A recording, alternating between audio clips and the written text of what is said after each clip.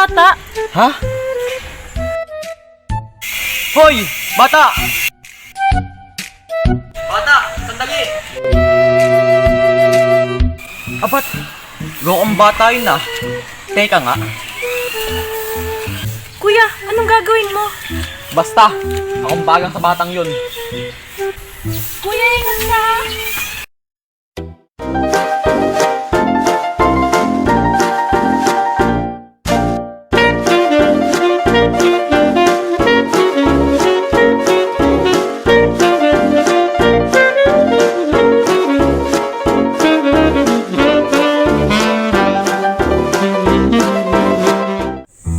Hi everyone! Welcome na naman po dito sa Teatro ni Rani Dayo, YouTube channel. kung saan ang mga kwento ay magaganda na. Mapupuhutan pa ng aral. Ang title po ng ating kwento ngayon ay Habulan. Nasigurado ngayon pa lang, ay nasasabik na kayong matunghayan.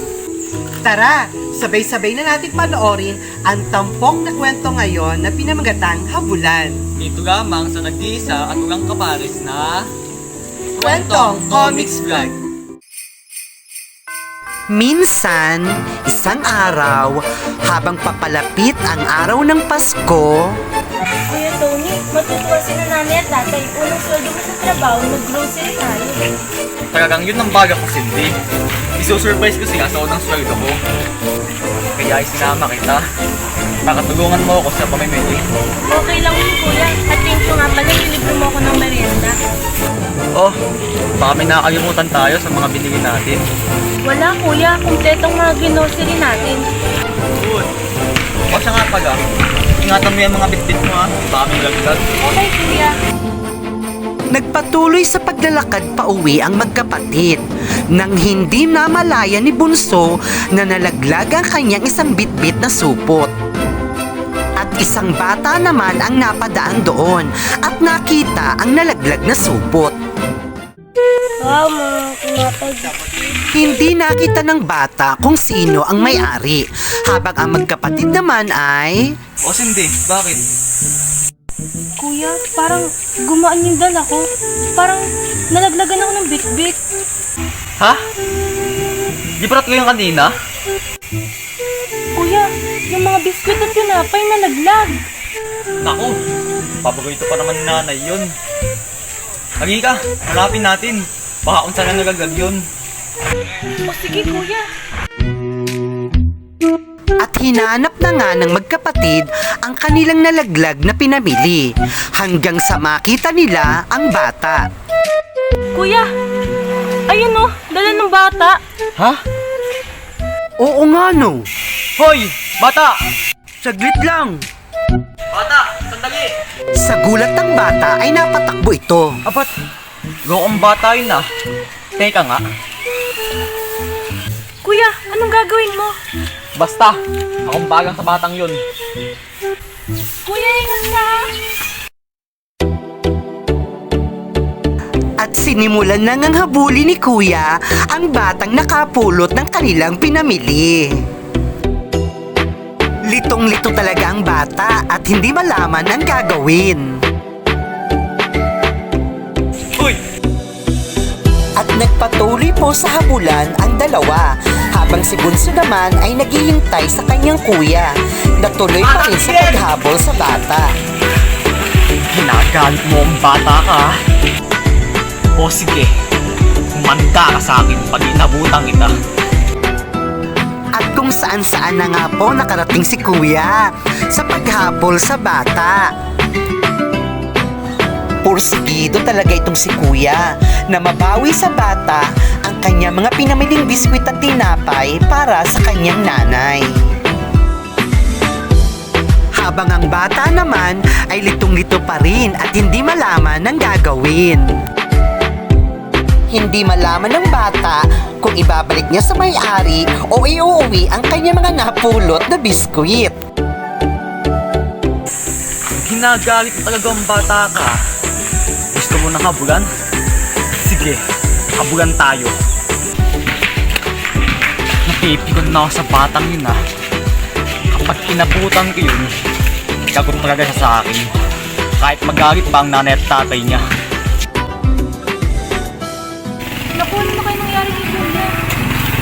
Hanggang sa inabutan ni Halika. Kuya ang bata. Pero, nakawala ito at nagpatuloy sa pagtakbo habang siya naman ay...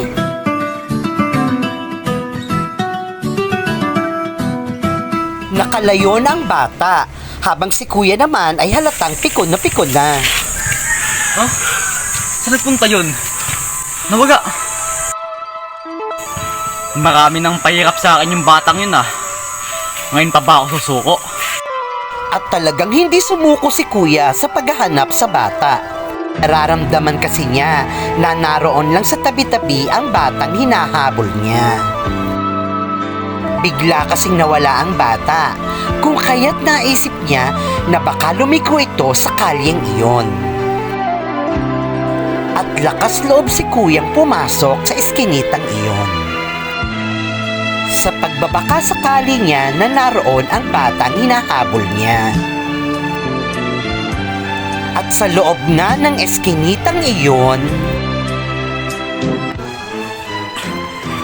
Tikyo, anak.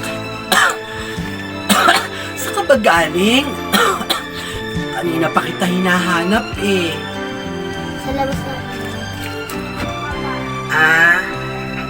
Ano ba yung mga dala mo? tingnan ko nga kung ano ito. Mga tinapay at biskwit to ah. Saan to galing, anak? Saan mo nakuha to? Pulot ko po, Nay. Napulot?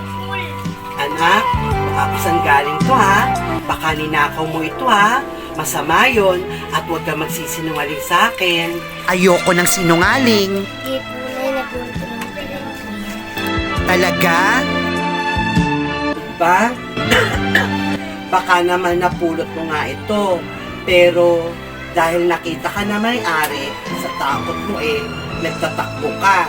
Ganun ba nangyari, anak? Huwag ka magsisinungaling. Opo, Nay. Ganun nga po. O siya, dahil hindi natin alam kung sino talaga may-ari nito, sige, kakainin natin to. Pero wag mo na uulitin ang ginawa mo, ha?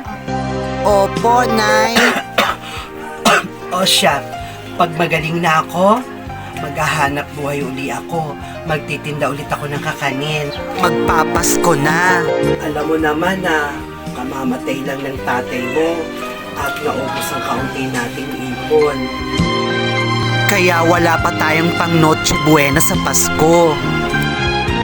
At may awa ang Diyos, anak. O siya, kain na tayo. Naantig ang puso ni Kuya sa kanya mga narinig at nasaksihan. At pagbalik ni Kuya sa kinaroroonan ni Bunso, Oh, Kuya! Ano nangyari? Nakuha mo ba? Hindi eh. Pero Agi ka, pupuntahan tayo. Ha? Saan, Kuya? Basta, sumunod ka sa akin. at alam niyo ba mga viewers kung saan nagpunta ang magkapatid? Kuya, ba't kami nandito? Ano gagawin natin dito? Basta, akin yung mga binili natin magkain. Ha? Oh, eto. Mabait naman pala si Kuya at may gininto ang puso. At dahil sa awa niya sa mag-ina ay...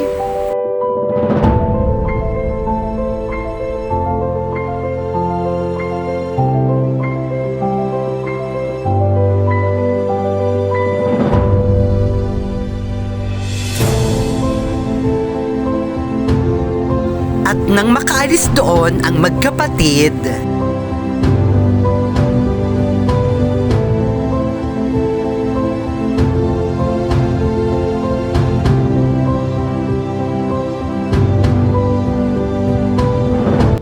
Nay! O, Tikya, bakit na naman? Ay, nakita ko po sa pintuan ng bahay natin. Ha? Ano ba to? Ha? Mga pagkain? At may konting damit? At may pera pa? Naku anak, sino bibigay nito? Hindi ko po alam, Nay. Ha? Kanino galing to? Teka, hindi kaya yung may-ari ng mga tinapay na napulot mo? Baka sakaling nasundan ka niya at naawa siya sa atin.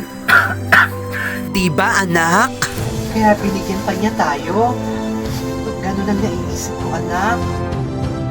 O di kaya naman, anak, hulog ng langit, bigay sa atin ng Diyos para pag magaling na ako, makapagtinda na ulit ako ng mga kakanin. Para po, hindi na po ako magluluto. Oo, anak. Kaya, Lord, maraming salamat po. Kung sino man po ang may bigay nito sa amin mag-ina, maraming pong salamat. At pagpalain niyo po siya habang buhay. May pang Noche Buena na tayo! Samantala, ito naman ang magkapatid. Wait, sandali. Ano ba nangyari? Bakit iniwan natin yung mga pinamili natin doon? Sa bahay ko lang sa'yo, Renzo. Basta, ang masasabi ko lang, ang sarap pala sa pairamdam na nagpapatawad ka at nakakatulong sa kapwa. Ha? Paano na yung sorpresa natin kina nanay at tatay? May natira pa ako sweldo dito.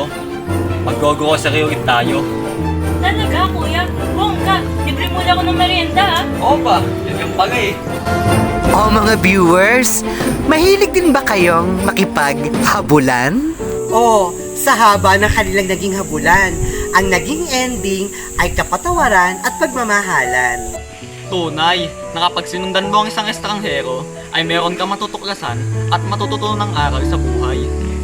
Kaya, huwag agad pairali ng galit, maging maunawain ka. At maging mapagmahal sa kapwa. O, abangan niyo po ulit kami next week sa aming susunod na Kwentong Comics Vlog. And please, don't forget to like, share, And subscribe. paalam, God bless!